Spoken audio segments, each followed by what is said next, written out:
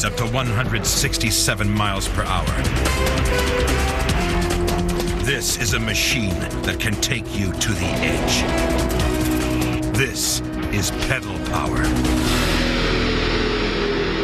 T-minus 10, 9, 8, 7, 6, 5, 4, 3, 2,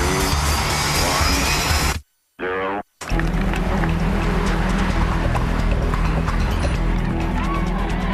The bicycle is the most popular vehicle in the world. Over 1 billion people ride them. Millions race them. I think the bicycle's the most efficient, beautiful thing that's ever been created. It harnesses human power like no other machine.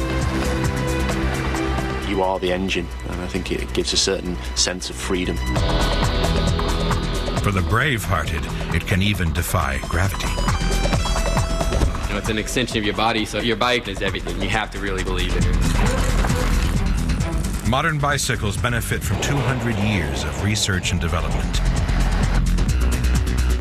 It's the competition for speed that has propelled technology forward. Early racers had to deal with heights as well as speed. Like all athletes, cyclists had to be completely dedicated. I'm a non-smoker and teetotaler. I go to bed early, and there's no monkey business. In the early 1900s, cycle racing attracted thousands to specially constructed wooden tracks called velodromes. You went to a baseball game when all the seats at the velodrome were sold out. Cycling was the hot sport of that era. Long-distance road races tested stamina as well as speed. Cyclists had to harness their power whatever the terrain. To make maximum use of their pedaling rate, gears were invented.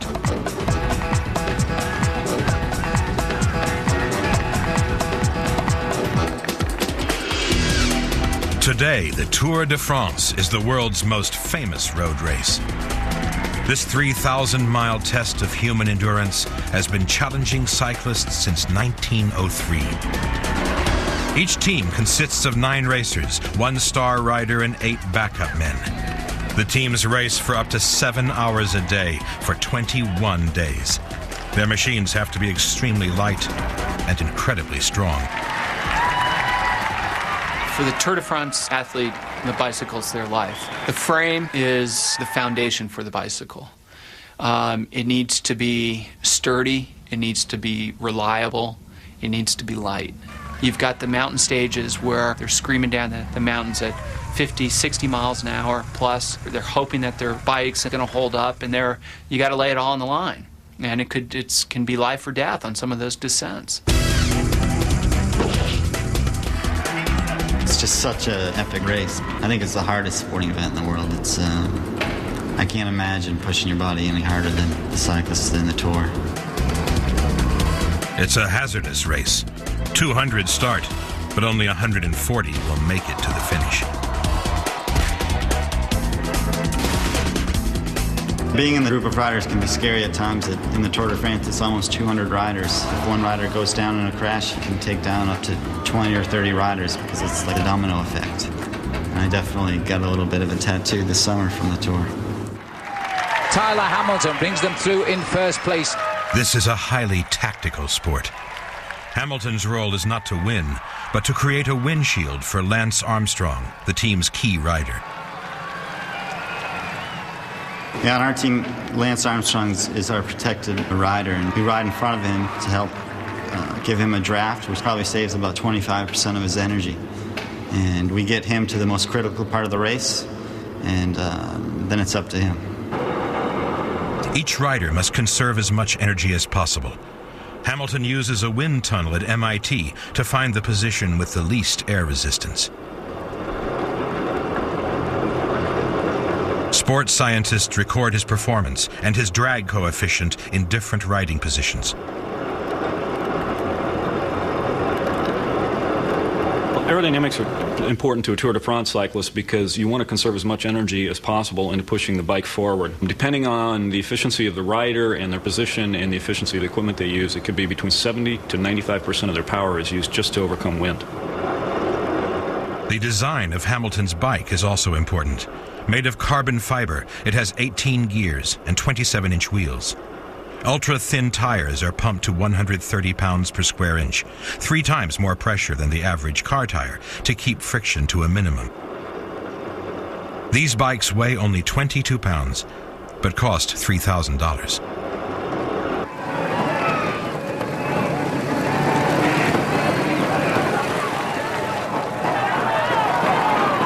The bike is super important in the Tour de France. You spend so much time on the bike that, yeah, you feel like you're one with the bike. You know, after the Tour de France, when you're off your bike, you feel like something's missing. With so many teams and riders, gaining an edge is key. When you're riding in the most difficult stages of the Tour de France, you can't show your pain. You can't show the suffering you're undergoing because there's a psychological component to this. If your opponent sees that you're suffering, that you're weakening up, they're going to seize that opportunity and they're going to attack. And that could be the difference between winning and losing the race. In 1999, Lance Armstrong won the Tour de France. It was a great triumph, made even more amazing by the fact that Armstrong had nearly died from cancer a few years earlier. But the victory belonged to the whole team. Having Lance win the Tour de France was an amazing feeling. I was just glad to be a part of it. Being able to ride as a professional and to ride in the Tour de France is a dream come true.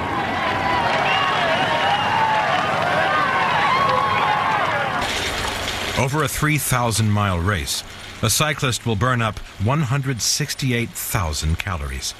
This same amount of energy would propel the average car only 84 miles. The bicycle maximizes human power. A thermal imaging camera shows which muscle groups a cyclist uses.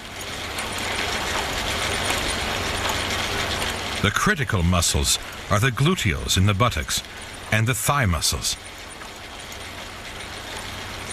the calf muscles, and the hamstrings.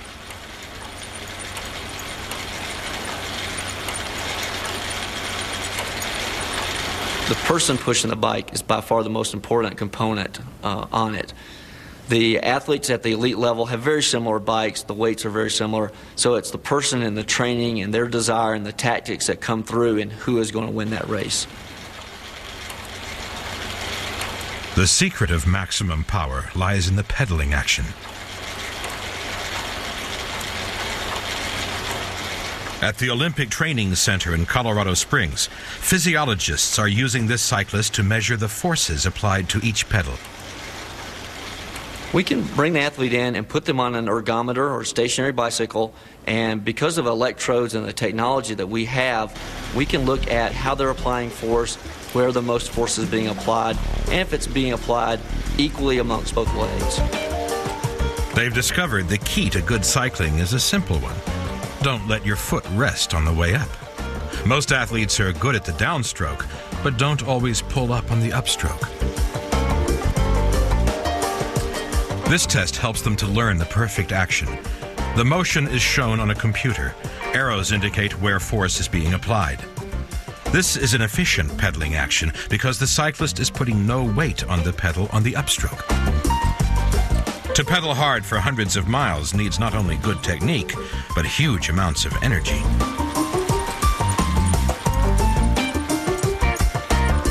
Enormous lung capacity is essential to draw in enough oxygen to fuel the muscles. Professional cyclists are twice as efficient as normal people at transferring oxygen to the muscles.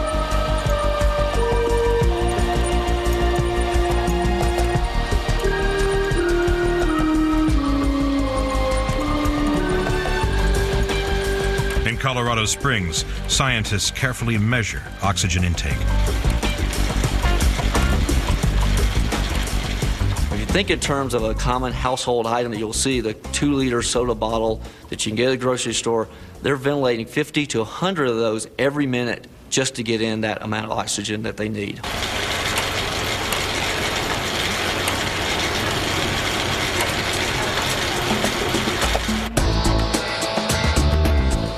For any cyclist, the ultimate test of pure performance is racing on the track.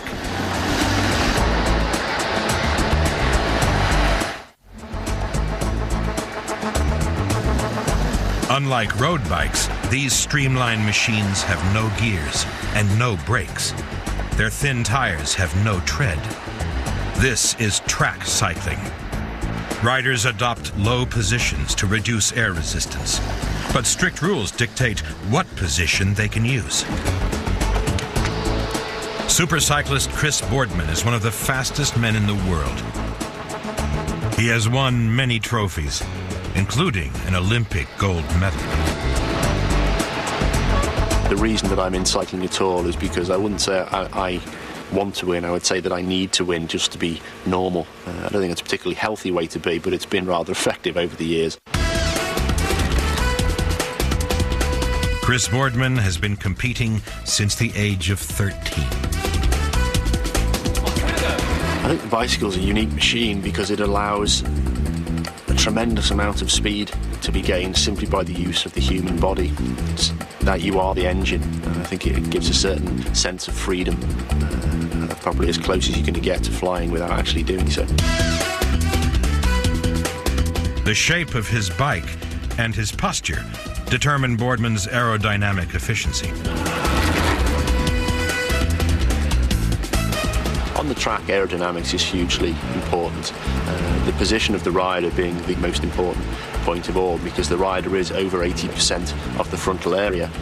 I don't generate huge amounts of power, but I do have the ability to make myself into, for want of a better description, a very aerodynamic shape.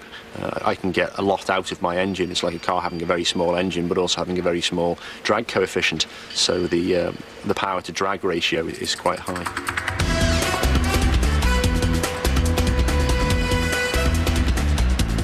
Boardman's racing in the green shorts. The design of his bike allows him to crouch down into a special aerodynamic position, now outlawed. The last 2 decades have seen some radical experiments in rider position.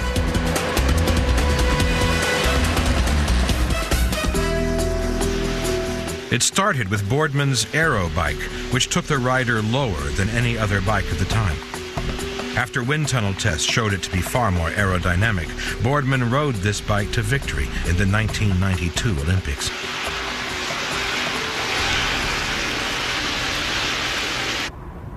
A year later, Scottish cyclist Graham O'Brien invented the even more radical aerodynamic tuck. The sport's governing body, the UCI, didn't like the tuck, even though it helped O'Brien break the 1-hour world track record in 1993. The position itself was pushed right to the edge of the rules, with the arms completely tucked up underneath the chest, so a headless chicken type position was assumed. Very ungainly and not a lot of fun to look at, but extremely effective. The UCI declared the tuck dangerous and banned it from the track, but O'Brien responded with the Superman position.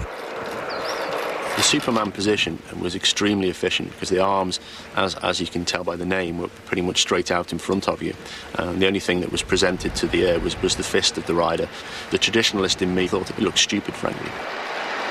But Boardman was forced to adopt the Superman position when O'Brien began breaking his records. Then, with speeds approaching 45 miles per hour, Boardman won his titles back.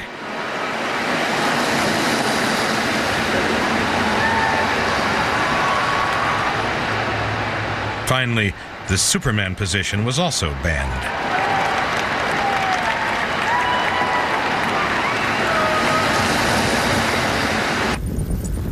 The bicycle can go much, much faster, but to do that you need a vast level area like the Bonneville Salt Flats. When John Howard broke the world cycling land speed record, it was the realization of a lifelong dream. Vision for me started when I was 10 years old, and I never lost it. And the whole process was sort of a culmination of everything that I had learned up to that point about riding a bicycle. In the 1930s, the cycling land speed record was 80 miles per hour. By 1972, it had risen to 140 miles per hour. In 1986, Howard and his team prepared to make a record attempt at Bonneville.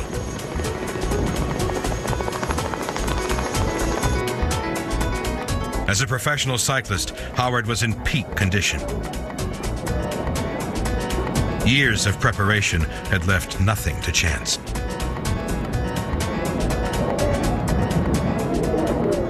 All the practice that I had done prior to that gave me a clear handle on what I needed to do.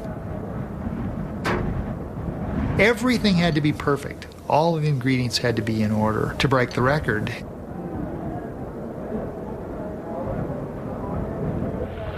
To help him become the fastest self-propelled man on Earth, Howard was initially pulled behind a dragster.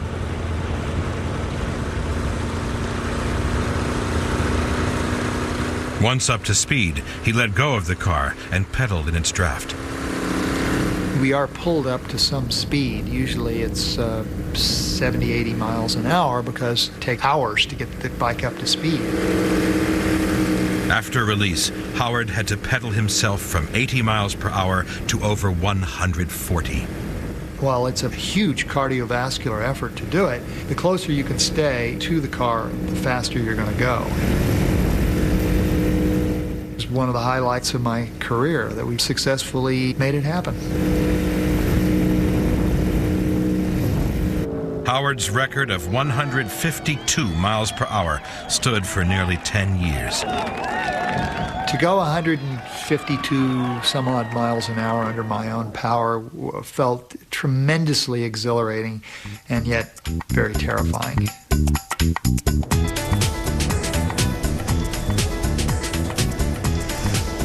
The record proved incredibly difficult to break, as Fred Rumpelberg, the first challenger, was to find out in 1993.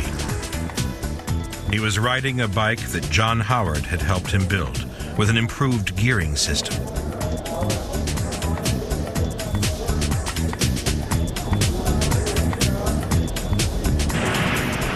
His first attempt ended in disaster.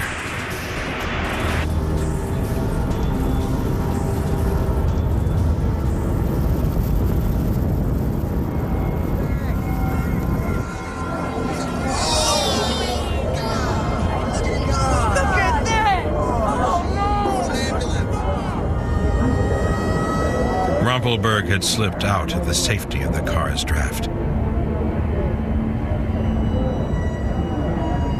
Fred Rumpelberg crashed at 140 miles an hour and was nearly killed. It took him another 3 years to recover before he finally came back. Still walks with a limp, but he broke the record a couple of years ago.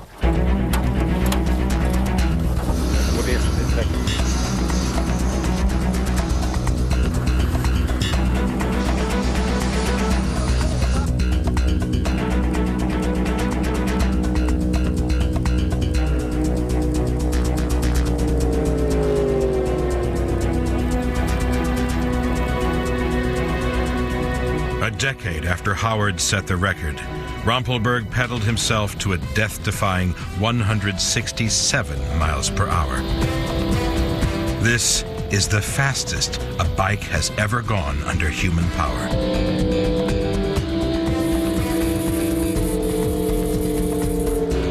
Champions, come on. The champions.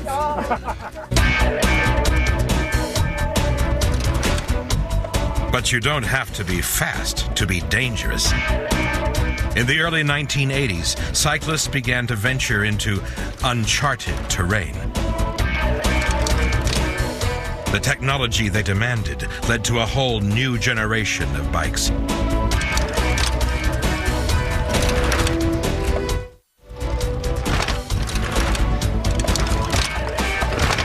For mountain bikers, the challenges of road and track were not enough. For rough terrain, they needed stronger, tougher bikes with front-wheel suspension. Soon they added rear-wheel suspension and disc brakes to handle the perilous slopes. These are downhill mountain bikes. They represent the cutting edge of bicycle technology. The suspension technology alone is mind-boggling.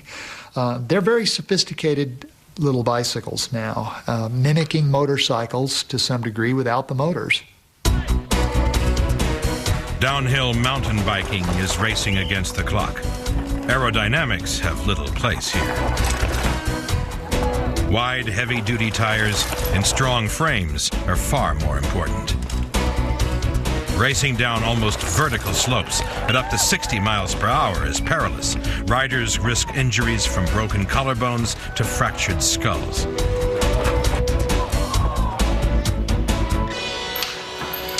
"28-year-old Brian Lopes is a world champion. It's definitely risky. I mean, every time you get out on the bike, you're taking a risk. And obviously, the faster you go, the more risk is involved. So it's just a matter of getting up there and going for it and see what happens.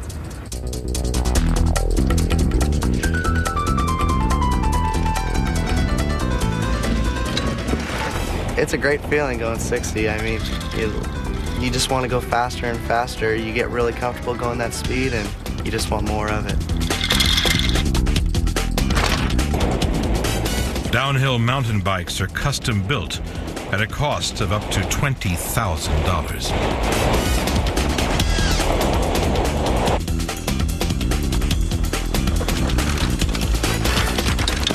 The technology of the bike is important. It allows you to go through rough terrain much faster than you'd ever be able to go through it with a normal bike, without suspension, without disc brakes, without these big tires that grip the surface so well.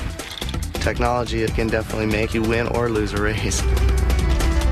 During a race, downhill mountain bikes withstand forces up to 5 Gs. That's the same as half a ton pushing down on them. The bike actually doesn't ride uphill good at all. It's designed just to go down.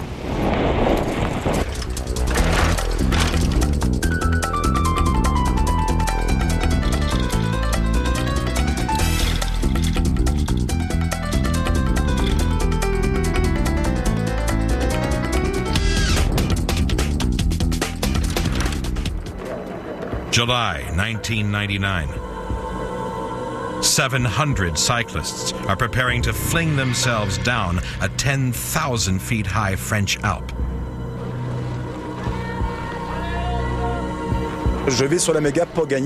I come here because I want to win the most extreme bicycle race in the world. These mountain bikes and their riders will be pushed to the limit in this terrifying race.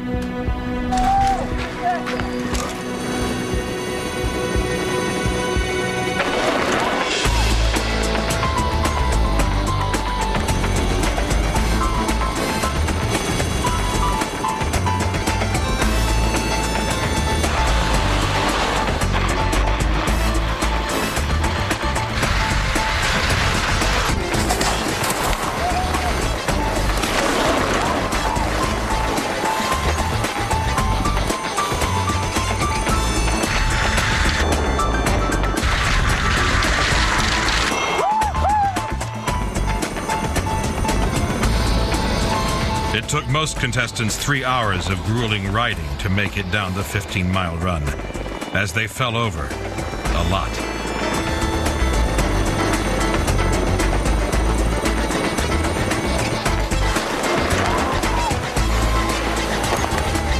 The winner made it in just under 1 hour.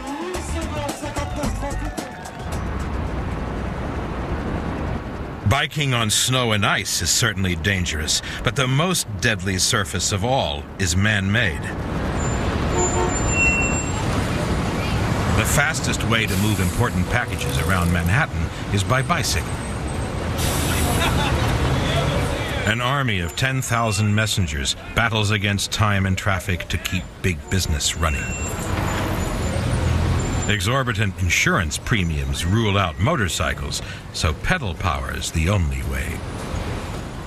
To get around the city, the fastest way is by bike. It's not the safest way, but it is the fastest way.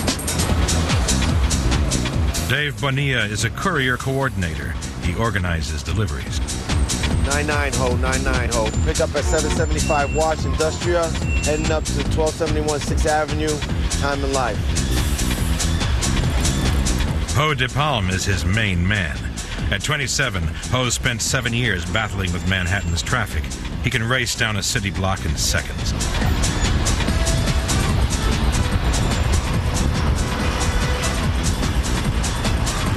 Out on the front line, he spends 10 hours a day on his bike. It's important to know which vehicles are the worst hazard.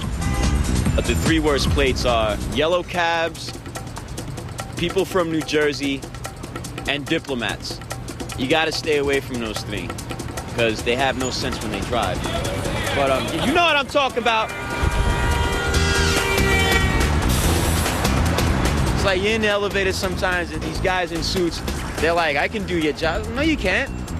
You can do my job as much as I can go up and sit in your desk and crunch numbers and do business reports. I can't do that. And you can't get on my bike and come out here and brave traffic. You can't. You're not trained for it.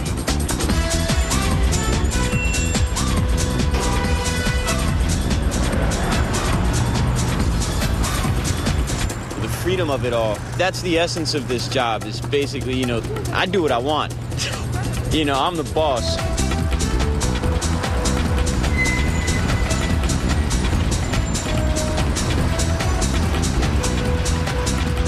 Ho uses a bike with handlebars no wider than his shoulders, so he can easily weave through the traffic. It has a strong frame and wide tires to deal with the city's uneven streets. This job requires the balance of an acrobat and the power of a professional racer. The bike is, I would say, about 10% of the job, because if the person on the bike cannot push it, cannot pedal it, cannot steer it, cannot ride it, the bike is no good. It just hangs on the wall.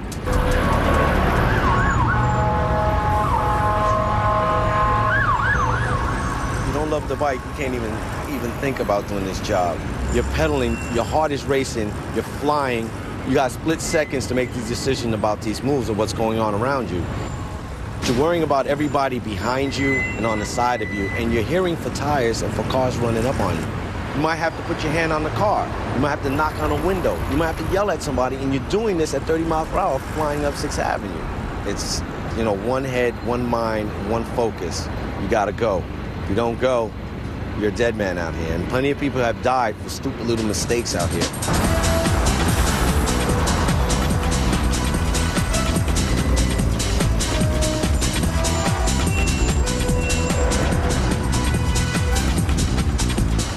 Eventually, I'm gonna have to give this up. You get scared when you go down and you break something, or you get scared, like, you know, if you see another fellow messenger lying dead under a sheet, you know, it tends to mess with your psyche.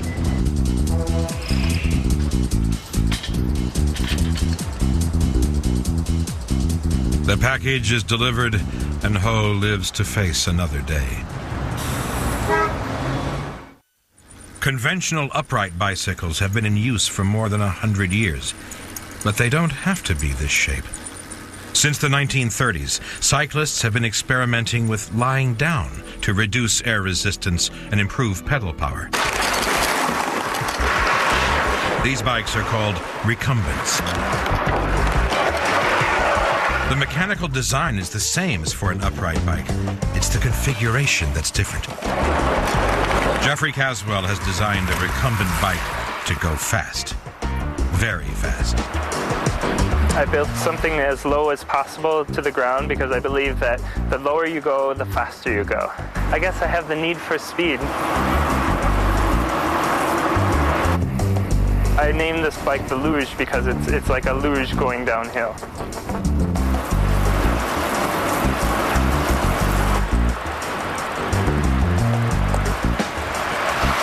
For me, it's quite exhilarating, and I guess I live my life on the edge a little bit, and I rather enjoy it. It's better than sitting in my rocking chair.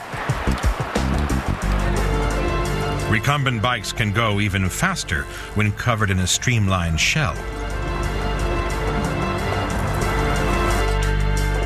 Reduced air turbulence helps these amateur cyclists go 20 miles per hour faster than a professional upright racer. Recumbents don't present the blockage in terms of wind flow there's nothing to catch air. If you can reduce the profile and make something very thin, it's going to go fast. That's all there is to it. There's a prize of $25,000 offered to the first team that can pedal a bike over 75 miles per hour on a flat highway.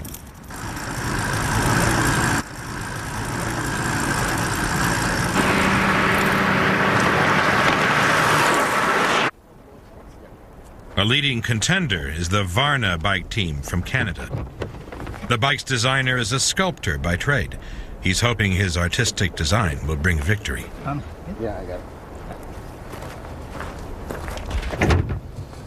This bike is built to fit only one man, Sam Whittingham, the pilot. Thousands of years of evolution have really influenced the design of this bike. You can learn a lot from nature, and that's certainly where the designer got his ideas from, rather than a lot of techie computer stuff. The Varna bike is low-lying, just 18 inches off the ground. It has 5 gears and weighs around 60 pounds.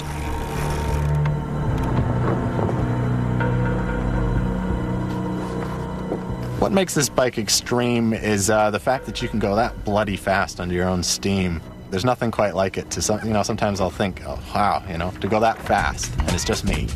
There's nothing else helping me. There's no wind, there's no motor, nothing, just me. That's kind of neat. Practicing for his record attempt, Sam's taken the Varna bike to 60 miles per hour on a flat road and over 80 down a gentle slope. But riding it down a steep slope could be deadly. If you were to run this bike down any kind of steep hill, it'd be an absolute suicide run. You'd probably top out at just over 200 miles an hour, and that would probably be the last run I ever took. Another contender for the $25,000 prize is Matt Weaver. Matt and his father believe they could break the 75-mile-per-hour barrier with their machine, the Virtual Edge. The idea of being able to go faster than the national speed limits, the laws of the land, with your legs alone, is very exciting. This complex bicycle will be encased in an aerodynamic pod. Today, father and son are road testing the technology of the Virtual Edge. And this bicycle is very much part human body, and then part another basic fundamental element, the wheel, and put them together and see what they can do.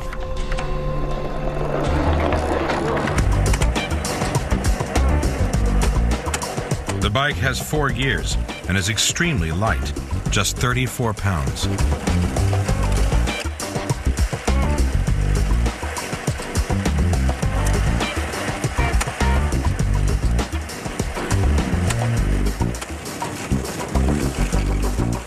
And suddenly you notice things are starting to vibrate a little more and things are zipping by you faster. It's like being in an airplane. You actually bank through the turns. It's like flying a fighter jet as low as you dare go. Pretty soon you go, wow, and you feel like Superman. But will Weaver's Virtual Edge beat Whittingham's Varna bike?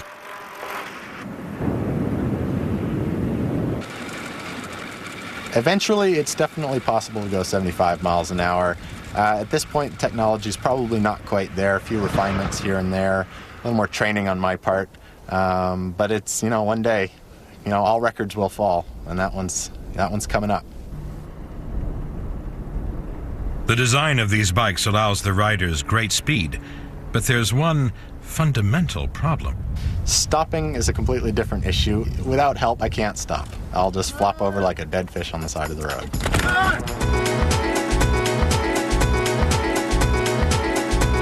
The quest for speed isn't everything. Over the years, bike designers have experimented with other extremes. It seemed that human-powered flight would never happen.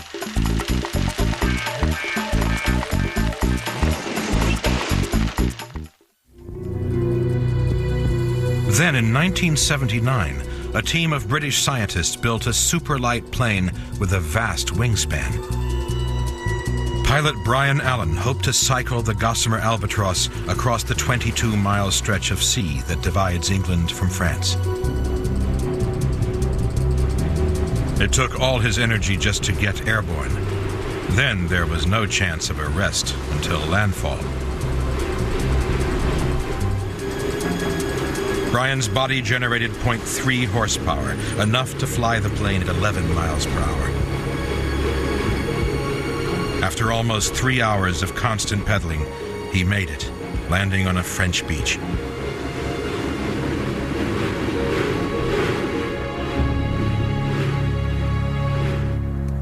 Designers are experimenting with other human-powered planes, trying to fly their machines more than 100 miles. This is the Velair. It's the brainchild of Pierre Frank, who uses a recumbent bicycle rather than an upright one to power this plane. I'm sitting in a recumbent seat, pedaling like hell.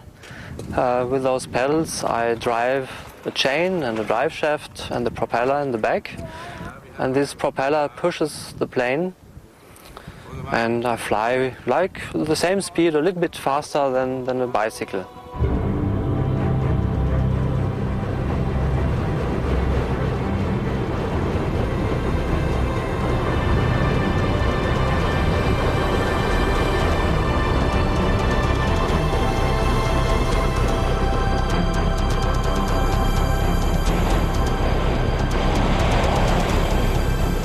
But some cyclists can make their bikes fly even without wings. Stuntmen have been using bicycles to get their kicks since the machine was first invented.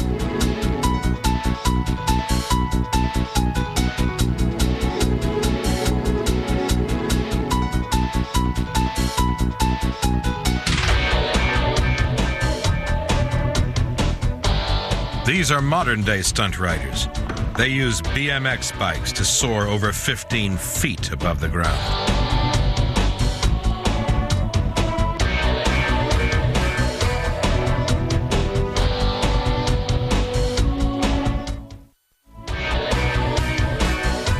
To perform feats like these, BMX stunt riders need bikes that are simple and strong. There's no suspension, no gears, and only one brake. It's the rider who makes the difference. I look at BMX riders and the tremendous tricks that they do as very athletic entertainment. I applaud them. I think they are fantastic. 20 years ago, BMX stunt riding was just a fad. Today, it's grown into an extreme sport. There are 4 elements. Vert riding in specially designed ramp parks. And street riding in the urban landscape.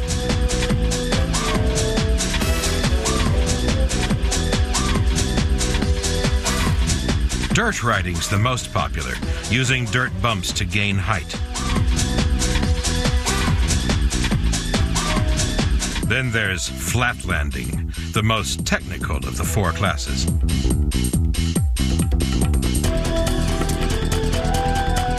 One little mistake, and you're in a lot of trouble.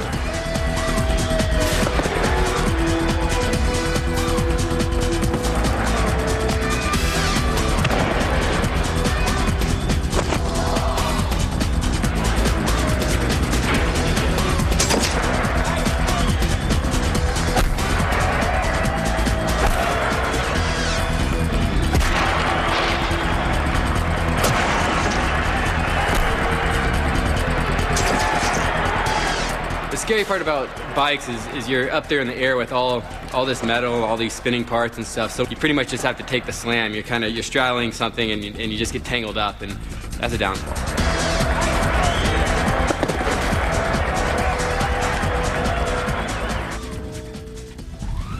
Matt Hoffman is a legend in his own time.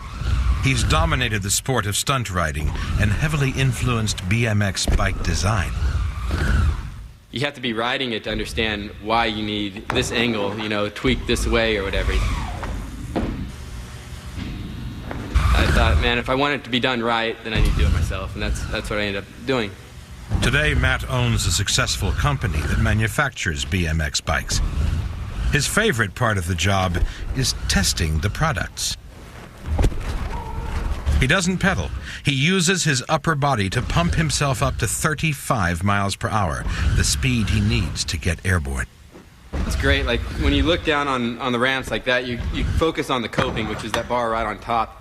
And once you stop focusing on that coping, you just see the whole ramp and the whole surroundings and stuff. So it just gives you such an awesome perspective. You just feel like you're just hanging up in the middle of the sky. You know, when I experience those, you know, that warrior state of mind is beautiful.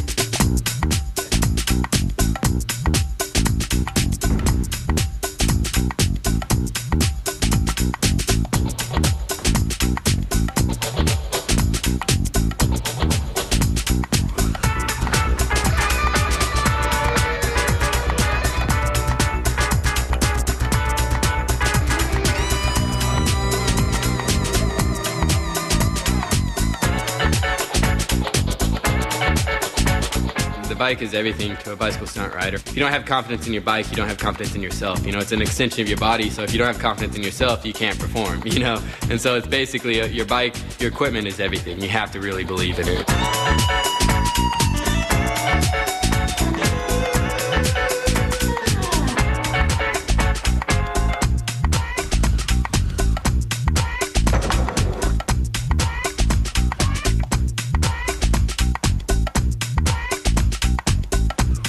Over the years, Matt Hoffman has lost count to the number of times he's wiped out.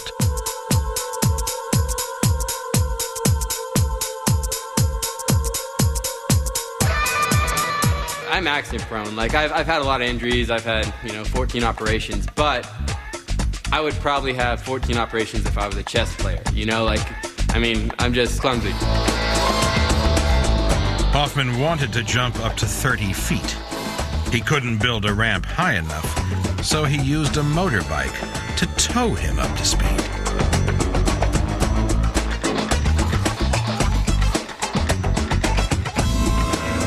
Hoffman's latest stunt has taken him to the Norwegian fjords. He's preparing to ride his BMX off a 3,000 feet high sheer cliff.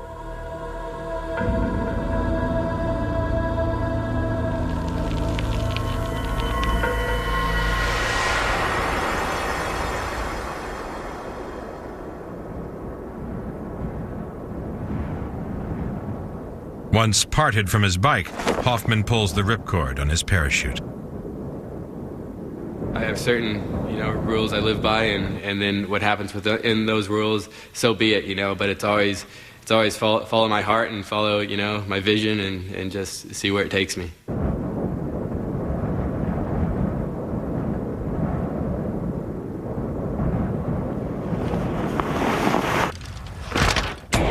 Although it's nearly 200 years old, the bicycle remains the world's best-loved machine.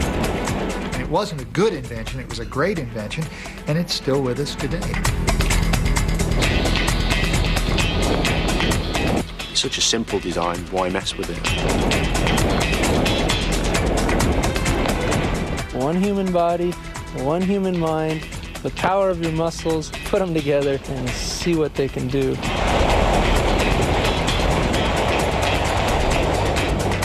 Yeah, to be able to just go fast under your own steam is, what it's all about.